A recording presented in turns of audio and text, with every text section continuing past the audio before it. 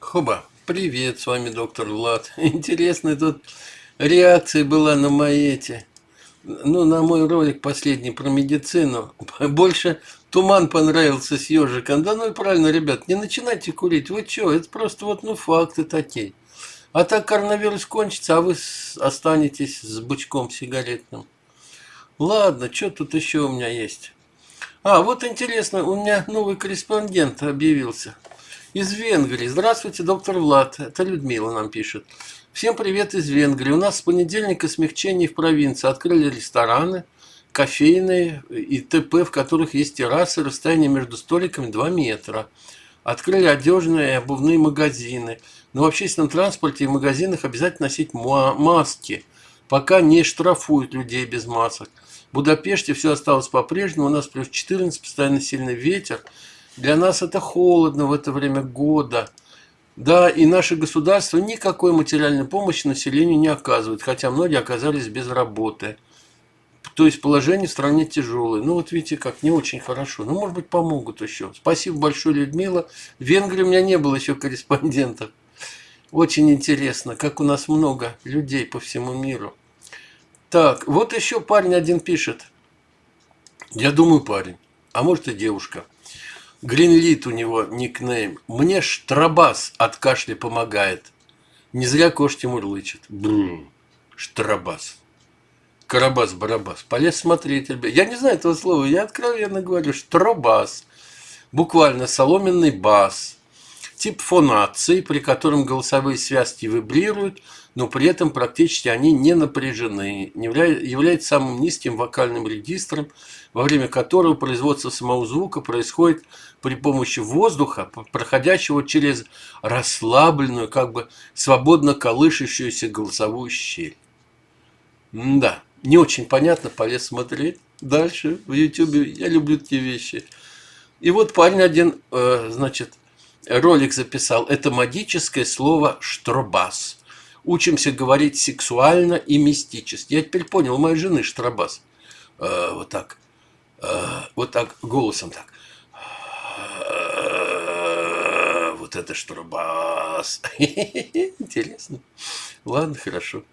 Так, названы самые востребованные профессии после пандемии коронавируса. Присяжные на суде Путина.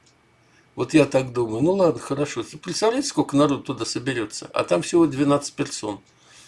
Ой, какой конкурс будет. Больше, чем ГНИМО. Эксперты перечислили профессии, которые окажутся наиболее востребованными после завершения эпидемии. Антикризисные консультанты, консультанты по личным финансам, программисты, контакт-менеджеры. Да ладно, еще знаете что, еще дожить надо после. Доктор, я буду петь. Ну, потом. Когда потом? Ладно. Так, разведсеть. Коронавирус не выведен в уханьских лабораториях. А никто об этом не говорил, он в России выведен. Все понятно, да. Что тут? Что тут? Собеседник уточнил. Провокация американцев. Это где? Вести.ру. Да тьфу на вас. Еще раз. Так, ВОЗ, Всемирная организация здоровья, да, оценили заявление США о лабораторном происхождении коронавируса. Ну, там тоже, не-не-не, у нас нет таких сведений. Да ладно. Лабораторная, поняли, да? Минфин США планирует занять рекордные 3 триллиона долларов. А у кого? У Путина, что ли? У него есть, да. Так, где? Министерство. У себя. У себя из госбюджета. 2,99 триллионов. В Америке любят писать 99 центов стоит. Или 2,99, но не 3. Но вот эти тоже 2,99 хотят занять, но не 3. Только досмотрев, я понял, почему выпуск сняли с эфира. Меня жена вчера искала, никак не могла найти. Выпуск этого, Михалкова. Я не поклонник Михалкова, не разделяю его монархические убеждения, барские замашки, но он там что-то он говорил, убрали передачу, понятно почему. Там в конце много бранных слов из третьего источника. Так, что-то он еще говорил. Да, представь, так. Вот, смотрите. Представьте, вы попадаете в больницу, а там сидит врач, который по учебнику или интернету будет вас лечить, или, не дай бог, оперировать.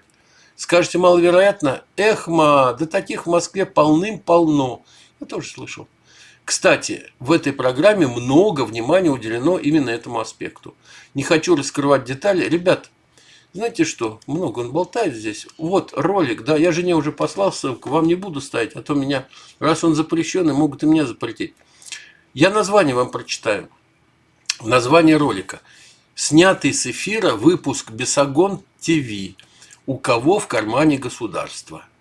Вот посмотрите. Да, тут уже много. Ёлы-палы, 3 миллиона просмотров. Вот это да. Интересно. Ну, поглядите, мне потом расскажете. Умер академик РАН Евгений Микрин. Ух ты. И знаете, кто он был?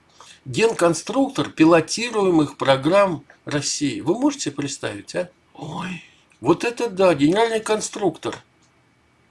С ума сойти, в коммунарке. Глава Роскосмоса Дмитрий Рогозин сообщил, что генконструктор пилотируемых программ России, генконструктор ракетно-космической корпорации «Энергия» Евгений Микрин заразился коронавирусной и находится дома, а потом его в больницу, и в больнице окончательно угробили. Он сидел на Байконуре во время общения с космонавтами по правую руку от Рогозина. Прикиньте, да? Ничего, пельмень. Так, в России у 10 тысяч... я сказал 10 500, это вчера было, сегодня 10 100. Выявили коронавирус. Угу. Пресс-секретарь рассказал о самочувствии Мишустина. Спит он. Мишустин у меня спит, Игорь Шустин спит. Ничего, ему хорошо все. Все хорошо, прекрасная маркиза.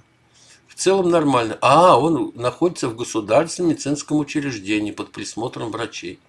Ну, какая-нибудь кремлевская палата, да. Так. Вот это Нью-Йорк Таймс получила Пулитцеровскую премию, оказывается, второй раз уже. В 2017 году то же самое. Получила Пулитцеровскую премию за публикации о Путине. Ну, раз с 2017 года 3 года прошло, ничего не изменилось, значит, и сейчас не изменится. Просто дергают его за то место, где у него что-то было раньше. Да, сейчас же он бабушка. Умер Дэйв Гринфилд, участник панк-группы Stranglers. В общем, я не знаю эту группу. 71 год, коронавирус. Нехорошо, кто знает. Так, шеф-повар Кремля рассказал о запрещенных блюдах на столе первых лиц.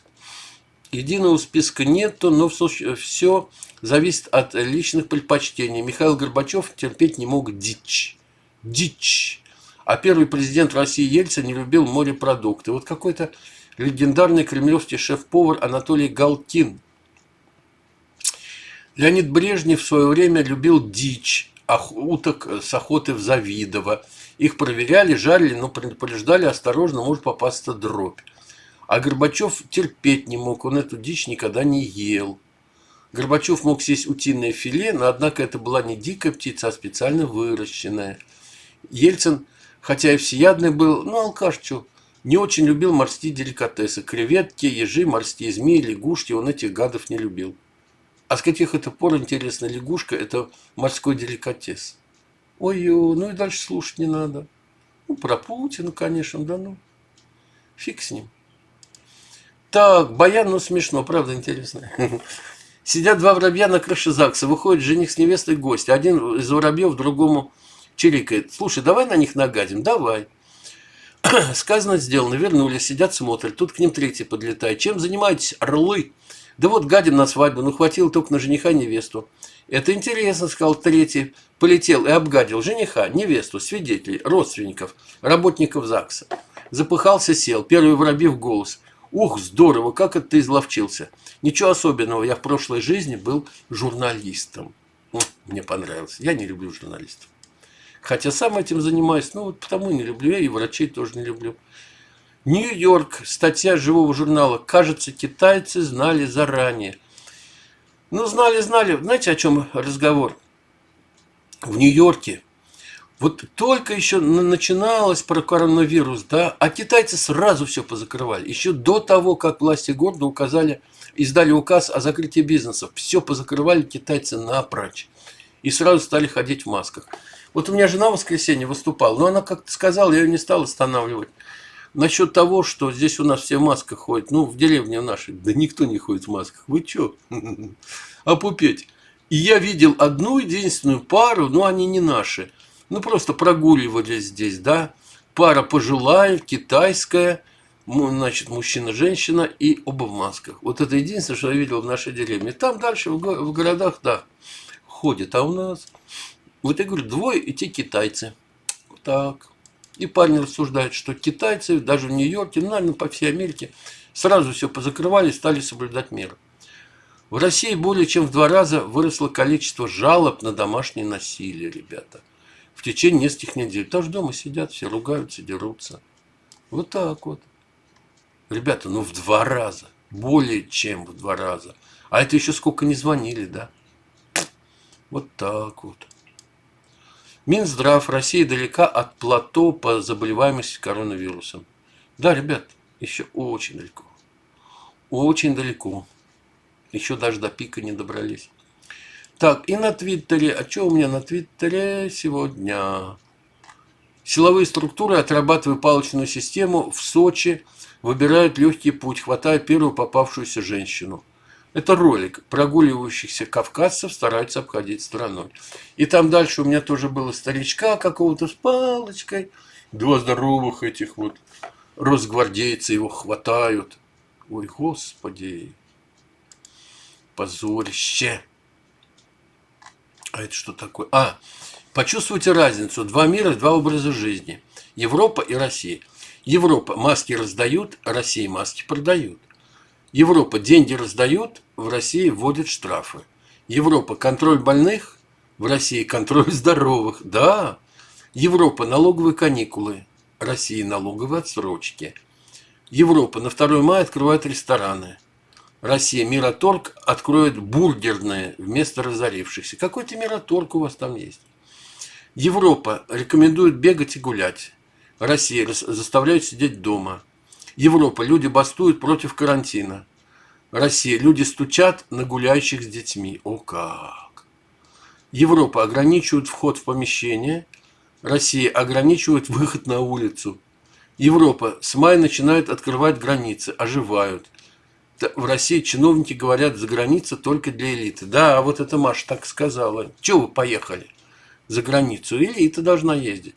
И последнее. Европа поддержали бизнес и население. Россия сказали платить зарплату при закрытом бизнесе. Да, ну вот коротенько. Все правильно, ребята, все правильно. Так, дальше у меня что тут по Твиттеру. В сети появился новостной отрывок, датируемый 2 января. В нем ведущая с китайского госканала рассказывает об аресте 8 китайских врачей из Уханя, которые сеют панику в интернете, рассказывая о неведомой пневмонии нового типа. Прикиньте, да, 2 января. Ну, я мог бы ролик поставить, но он по-китайски. А симпатичная, кстати. Вообще китаянки интересные, я бы сказал. Капитализация Netflix, ну, это кино там в интернете, да. Капитализация Netflix по данным на первый квартал 2020-го 165 миллиардов долларов. Это больше, чем суммарно Газпром, Сбербанк и Яндекс. О, вот это да.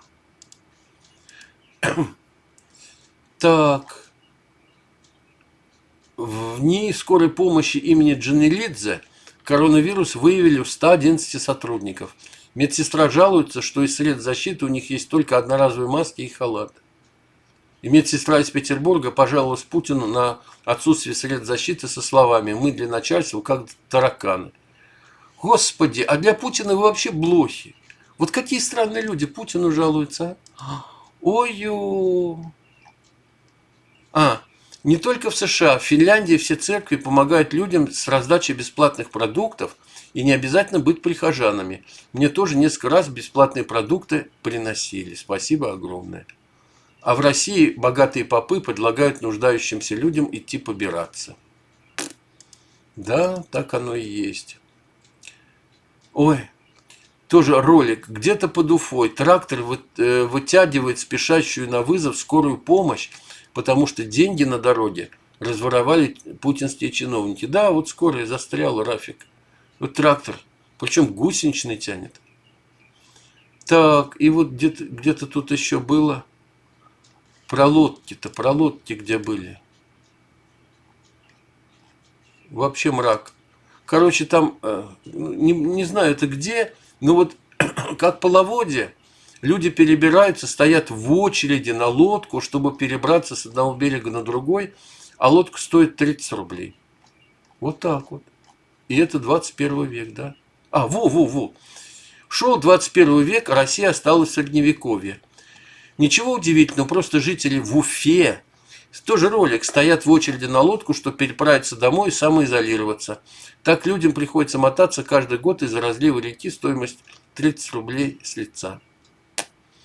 Вот так. И последнее. Мираторг, спонсор барашков на Курбан-Байрам. Это один пишет. Звучит? Нифига себе, да, спонсор барашков. А один тут говорит, это, говорит, ерунда. Говорит, увидел рекламу перед вестями. «Газпром» – спонсор «Вечного огня». Днище днищенское. Все, ребята, на данный час все. Без музыки, без роликов. Прошлый ролик я удачно сунул в медицину. Он даже лучше пошел, чем медицинский ролик Владимира про тумана и ежа. Всего хорошего, до обеда.